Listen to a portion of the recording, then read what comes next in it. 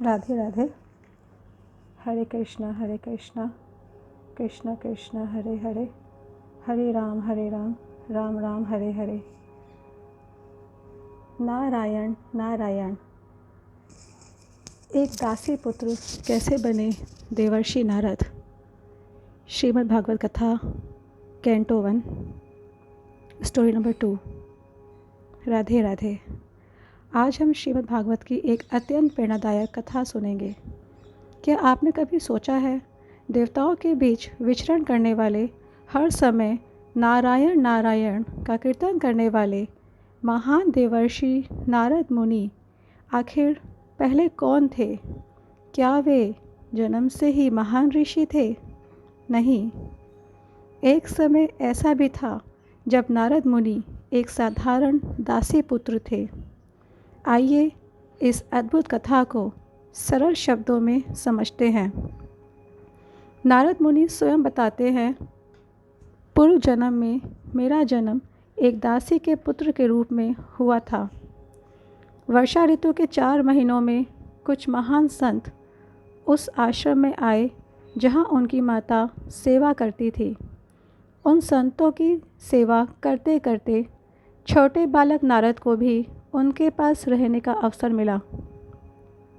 नारद जी कहते हैं, मैं शांत स्वभाव का था, मैं अधिक नहीं बोलता था और संतों की बातें ध्यान से सुनता था।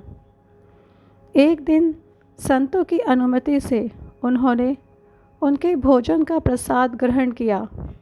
उस प्रसाद का ऐसा प्रभाव हुआ कि उनके हृदय के पाप और अज्ञान धीरे धीरे मिटने लगे। अब उनका मन संसार से हटकर भगवान श्री कृष्ण की कथाओं में लगने लगा। वे संत प्रतिदिन भगवान की लीलाओं और भक्ति की बातें करते थे। छोटे बालक नारद श्रद्धा से उन कथाओं को सुनते। जितना वे भगवान की कथा सुनते, उतना ही उनका मन भगवान की ओर आकर्षित होता। धीरे धीरे उनके हृदय में भगवान के प्रति प्रेम जाग उठा। कुछ समय बाद वे संत वहाँ से जाने लगे। जाने से पहले उन्होंने नारद को भक्ति का गुप्त ज्ञान दिया। उन्होंने सिखाया, जीवन की प्रत्येक वस्तु भगवान की सेवा में लगानी चाहिए। फिर एक दिन एक दुखद घटना हुई। नारद जी की माता जब संध्या समय गाय का दूध निकालने गई, तब रास्ते में एक सर्प ने उन्हें काट लिया। उसके कारण उनकी मृत्यु हो गई। नारद जी कहते हैं, मैंने इसे भगवान की कृपा समझा। अब उनका संसार में कोई बंधन नहीं रहा था। वे अकेले उत्तर दिशा की ओर निकल पड़े।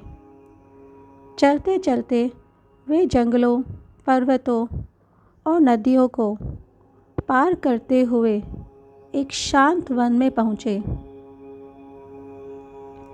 वहाँ एक विशाल बरगद के वृक्ष के नीचे बैठकर वे भगवान का ध्यान करने लगे।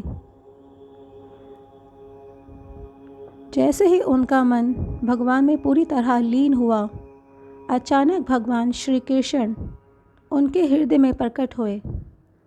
भगवान के दर्शन पाकर नारद जी आनंद से भर गए। उनकी आंखों से आंसू बहने लगे। लेकिन कुछ ही क्षणों बाद भगवान अदृश्य हो गए। नारद जी बहुत व्याकुल हो गए। तभी भगवान की दिव्य वाणी सुनाई दी, हे नारद, इस जन्म में तुम मुझे फिर से प्रत्यक्ष नहीं देख पाओगे, लेकिन मैंने तुम्हें दर्शन इसलिए दिए हैं ताकि तुम्हारे हृदय में मेरे प्रति प्रेम और बढ़ जाए। उस दिन के बाद नारद जी निरंतर भगवान का नाम स्मरण और कीर्तन करते हुए पृथ्वी पर घूमने लगे। समय आने पर उन्होंने अपना शरीर त्याग दिया और उन्हें दिव्य स्वरूप प्राप्त हुआ। तब से वे समस्त लोकों में भगवान के नाम और भक्ति का प्रचार करते हैं और प्रेम से कहते हैं, नारायण नारायण। इस कथा से हमें क्या शिक्षा मिलती है? संतों की संगति, भगवान की कथा और प्रसाद का प्रभाव मनुष्य के जीवन को पूरी तरह बदल सकता है। कोई भी व्यक्ति भक्ति के मार्ग पर चलकर महान बन सकता है।